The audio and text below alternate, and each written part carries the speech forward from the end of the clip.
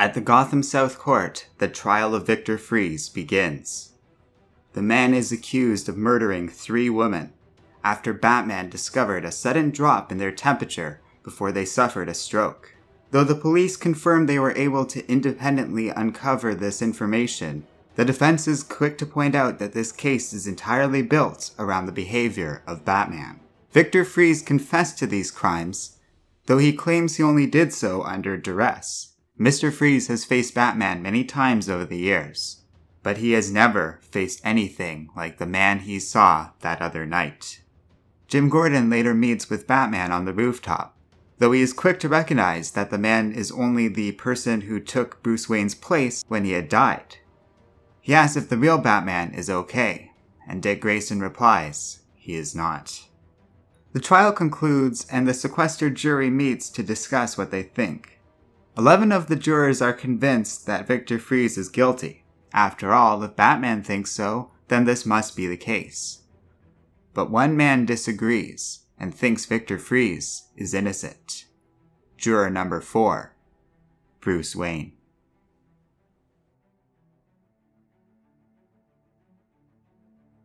Hello and welcome to Comic Island. My name is Arden, and this is my recap and review of Batman number 51. So, this week I put up on our Patreon page a poll for which issue you guys would like to see me recap and review. This handedly won, so here we are. I have to say I was a little surprised. I wasn't sure how people were going to feel about this series going forward, and to be honest, I'm still not. I don't know if our patrons just wanted to hear my opinions more on this series as we progress, or if people are still interested in the Batman series and just want to get more of that content. I think it's a little bit of a mix of both. There's a bunch of people out there who are still in favor of Tom King's Batman and are 100% on board. There are people who are completely done with this series, Tom King, and all of this stuff. I've gotten a good deal of comments in both directions, lots of interesting opinions about the whole thing. I think some people made some pretty valid points. I had not seen Tom King's interview with Seth Meyers, the one that's broadcast on national television. At issue 50, he's marrying Catwoman. Yes. And there's a lot of ways that DC and apparently Tom King could have maneuvered how Batman number 50's release and how it was previewed without it being so dishonest. I'm still pretty peeved about that myself, to say the least. I will tell you this, if we didn't have this channel, if it wasn't, something we do, I probably wouldn't be reading this series anymore. I just am done with it. I have very little interest personally in going the next 49 issues now until the supposed conclusion of this insane long story between Batman and Catwoman. But I don't mind, nor do I consider it offensive or anything to keep going for this channel. That's part of being a reviewer. You sometimes review things you don't like or normally wouldn't read, and sometimes they surprise you. To be honest, that's kind of what happened here. I enjoyed this issue, I have to say. When I finished reading the comic, I was pretty excited and was like, that was a really interesting Batman story. I genuinely wish we didn't have to basically have DC commit false advertising to get us to this point. At issue 50, he's marrying Catwoman. Yes. But it's a very interesting concept that Batman is basically living out his own 12 Angry Men, except he is the person in question when it comes to what the jury is deliberating on.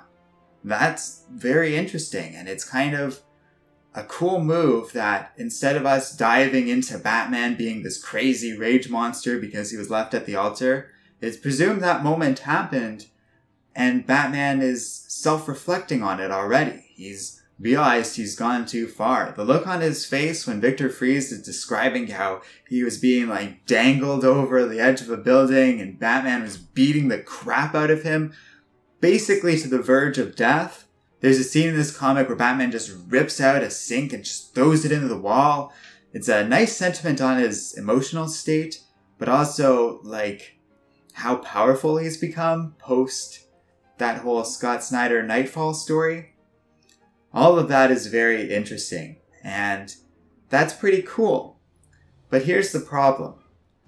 We've seen Batman have his spine shattered by Bane, lose Tim Drake, Damian Wayne, and Jason Todd in very brutal and in-his-face kind of ways, you know? Like, those weren't easy deaths to live through, even if they've all come back to life at this point. And, of course, Bruce witnessed his parents being murdered in front of him. Compared to any of those 5 events, Batman being left at the altar feels very pedestrian. That's not a big deal. Like, I would happily take the latter 100 times over than any of the former. Having your spine shattered is probably the least of those things, and even that is horribly devastating. As painful as emotional trauma is, could you imagine just boom on your knee? Bruce is lucky he was ever able to walk again. And I would, like, that's horrible. So Batman and Bruce Wayne, he's been through a lot, you know? The idea of him getting to this point is a little forced and makes me really dislike this character in some sort of fundamental way. It's good that Bruce Wayne is sort of disgusted with his own behavior, because if they sort of just focused on him going after Mr. Freeze in this comic, I really don't think I'd like Batman's character at all. The fact that he is, and I think this is sort of implied, but he sort of used his connections and wealth to maneuver himself onto the jury and basically is trying to right this thing that he apparently has come to view as a mistake. That's a good story and a nice way to show us Batman sort of turning around from having Selina walk away from him at the aisle, so to speak. This is a nice way to show us Batman getting over this emotional trauma without it being super obnoxious. It's a shame that we're only getting Dick Grayson as Batman for such a short period of time because of that. Like, when they said it was only going to be a few issues, they weren't kidding around. It's going to be this arc, and then Batman's going to be on his way to recovery, and then without a doubt it's going to dive into all this crazy stuff with Bane that they've promised. I can't say I'm that excited. But this comic was drawn really well by Tim Weeks. The coloring by Elizabeth Breitweiser is amazing and kind of has this... It isn't, but it almost gets into like watercolors where everything has a softer tone to it. That was very welcome after all the harsh reality of Batman number 50. It made those scenes I was talking about where Batman's going through all this emotional pain really work. So bravo to Elizabeth for that. Bravo to Tom King, I suppose. But like I said in my review for Batman number 50, they have a lot of explaining to do. And I don't know where this story's going anymore, but I am super skeptical of all of it. This story is interesting. The whole idea of Batman being on jury duty for a case that he's involved in, and him basically working against the case that he himself made because he's realized how far he's gone. That's all very interesting to me. I'm very curious where all of that is going. In spite of all of the drama around this series, that is interesting. I don't know if I'd recommend this comic though. Here's the thing, I can't recommend it. And I'm not saying that I'm flat out not recommending it. I'm saying that each of you watching this video has a choice to make, and it's one that I cannot make for you. It really just centers on how you feel about the wedding issue, how DC marketed it, how they built it up with the prelude and all that stuff, and how you feel about Tom King's writing. If you are on board, then by all means check this issue out because it's pretty damn cool. And there's a whole bunch of this content coming out going forward that's bound to be interesting. By all means, like, it seems like as though there's a lot of reviewers out there who are still really liking this thing. So if you still support this series, by all means do what you want to do. I am not here to judge that sort of behavior. I don't care. But if you are in any way offended by the marketing department at DC and what they constitute as fair game, or if you are just done with Tom King's writing at this point, I don't blame you. I'm pretty much with you. I enjoyed this issue for what it is, but you cannot ask us to be on board for this 100-issue adventure and not judge an issue by the overall climate of the series. because that's kind of where I personally am sitting. I liked this issue. I'm not really enjoying this series much anymore. I'm looking back on the weaker points of Tom King's writing up until issue number 50, and they're starting to come into a lot more focus. I'm seeing those issues even in this comic, where Batman is not behaving in a way that's entirely emotionally consistent with his own history. He should be able to weather something like this better than he did. So all of that's a little weird. And yeah, it's cool Dick Grayson is Batman. He shows up for like one page of this comic and hasn't talked to Bruce, or at least from what we've seen, since the first Prelude to the Wedding issue, as far as I can tell. You know, Tom King was getting up there in terms of my favorite Batman writers, and a lot of that goodwill is ebbing very quickly. He can turn it around. There's a long way to go on this, but I am super skeptical about all of it right now. Here and there, DC is waning in certain series, but they are doing well in certain regards. I know people are really worried about the company based on what's also going on over with Bendis, who's basically sent John and Lois off into space. But he's promised publicly that they're coming back. This journey is to evoke some sort of transformation in John's character. It's not forever and is just sort of a temporary thing. And in that case, you know, that's fine. He said it outright. He likes Superman's family and he's not stupid. He's not getting rid of them. So I'm not terribly worried about any of that. But this series has kind of lost me in a big way. Personally. I can't speak for you in this regard. I think there's enough argument in both ways that the series doesn't merit some sort of boycott, and it shouldn't be uncritically embraced either. For some of the reviewers out there who are just giving this thing like unqualified high grades, I don't get you.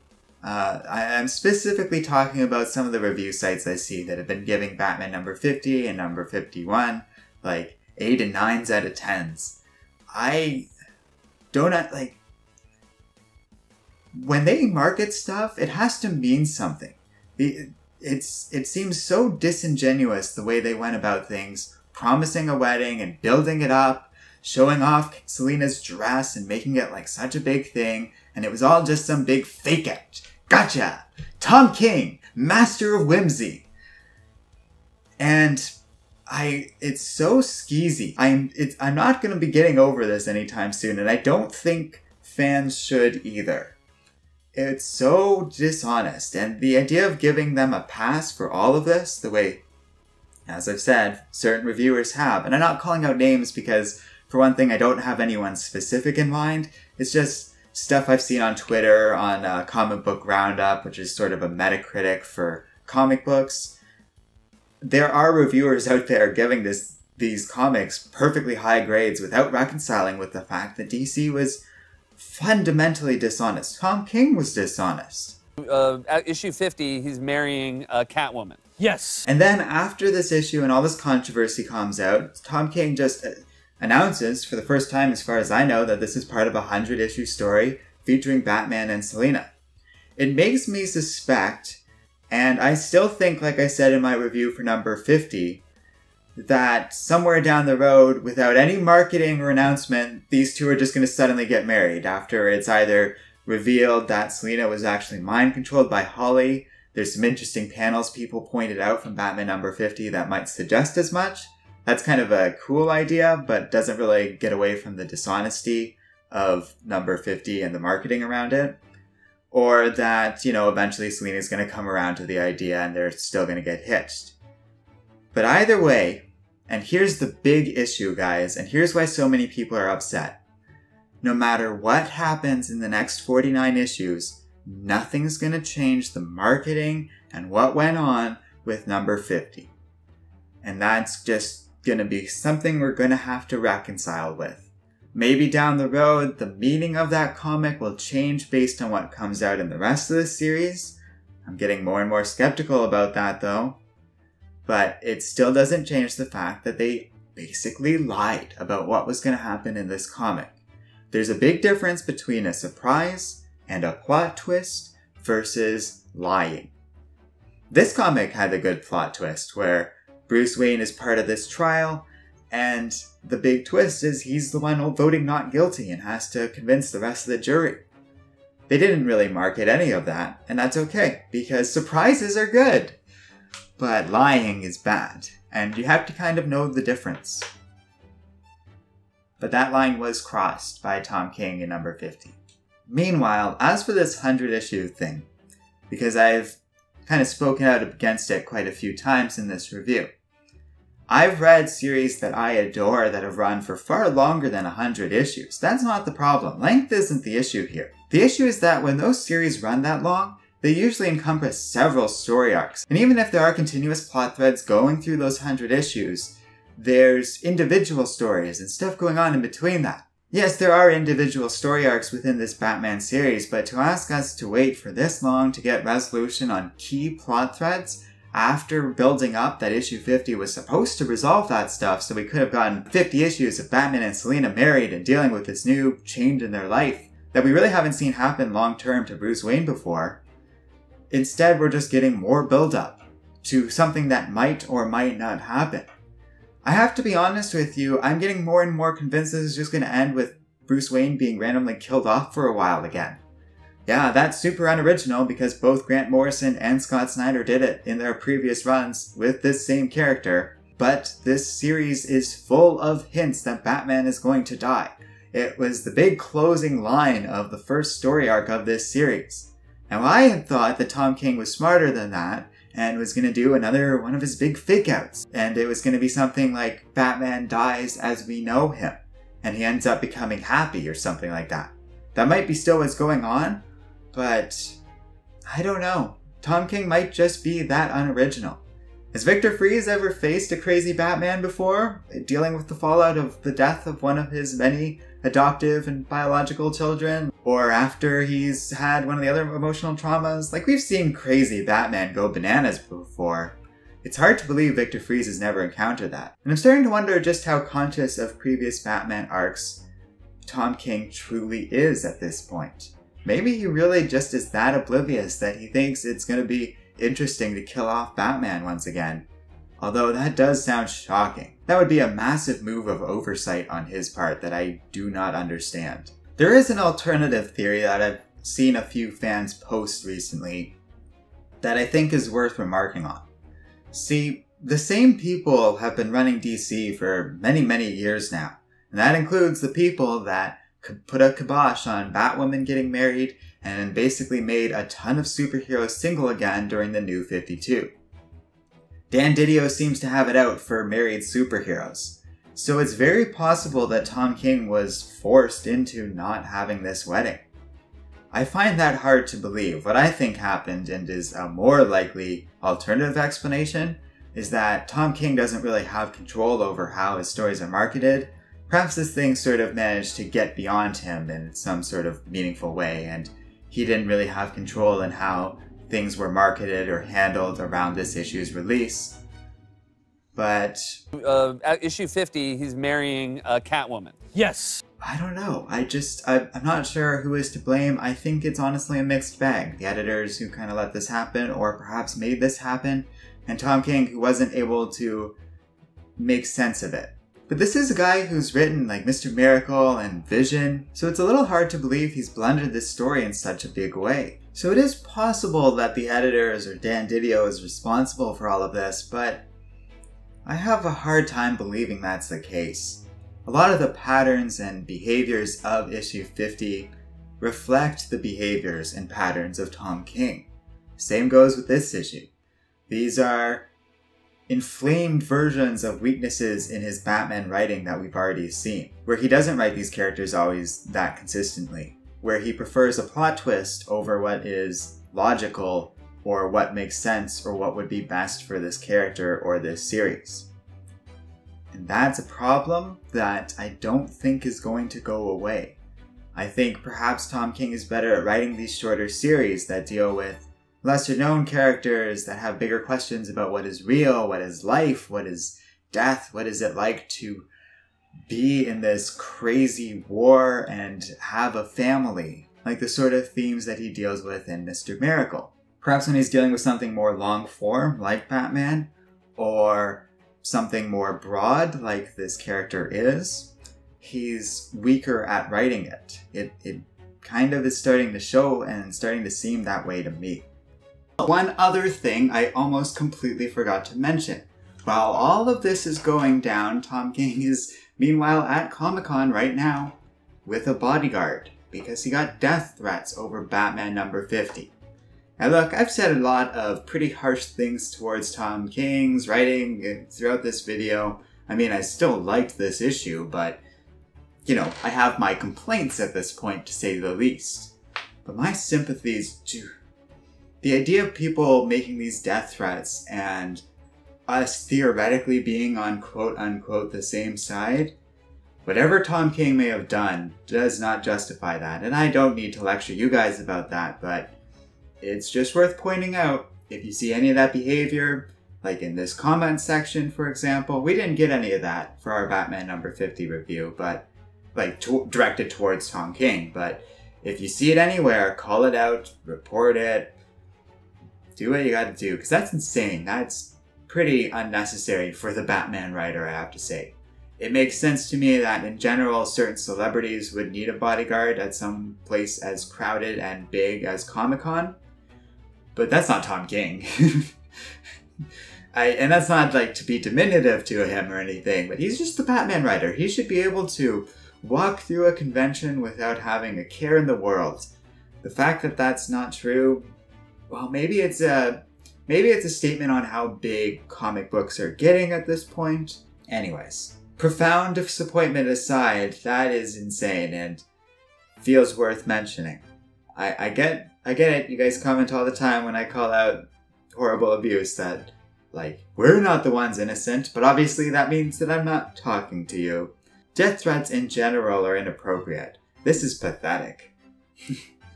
Like, and don't get me wrong, you know, you criticize away, but to threaten or harass Tom King over any of this, that is the lowest reaction anyone can have to Batman number 50. You're so much worse than him when you do that.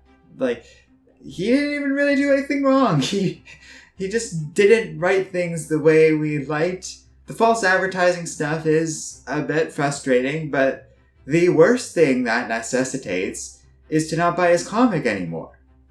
To do anything beyond that, like in terms of communicating your frustration, is pretty insane.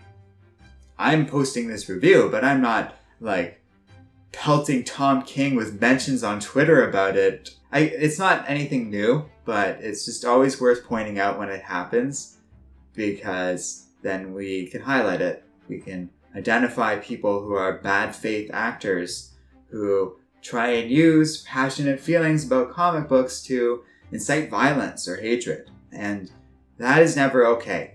I'm starting to become more cognizant of that we can't just throw a lot of criticism at the direction of one writer without also mentioning, hey, it's not okay to like send them death threats and force like DC to hire a bodyguard for one of their writers. That seems pretty damn extreme for someone who just wants to go to an event and meet some of his fans. And yeah, that's why I'm saying it. That's why this is here, this little section of the video that, yes, I've recorded after the fact. I realized it just kind of shortly after making that first recording, that it was worth mentioning this. So, let me know what you guys think in the comments section below. I mean, this is going to end up being one of the longer recaps and reviews I've ever made, but there's a lot of feelings, and I've had time to process issue number 50. It's been 2 weeks since that's come out, and I've had time to fully digest it compared to when I made that recap and review, which was pretty much the day that comic had come out. I'm very curious what everyone has to say on the matter, so by all means, leave a comment below. I read, I think, all the comments that people made on issue number 50, and they were very interesting. That helped me form some of the opinions I've stated and shared here, so it's one of the reasons why we do this. We like to have this platform to share and talk about comic books with you guys. So have at it. It's been interesting reading that stuff. And yeah, if you like Comic Island and want to support us or have a say in what kind of issues we review, like we did in this video, check out our Patreon page in the video description. Finally, don't forget to like, subscribe, and keep reading comics.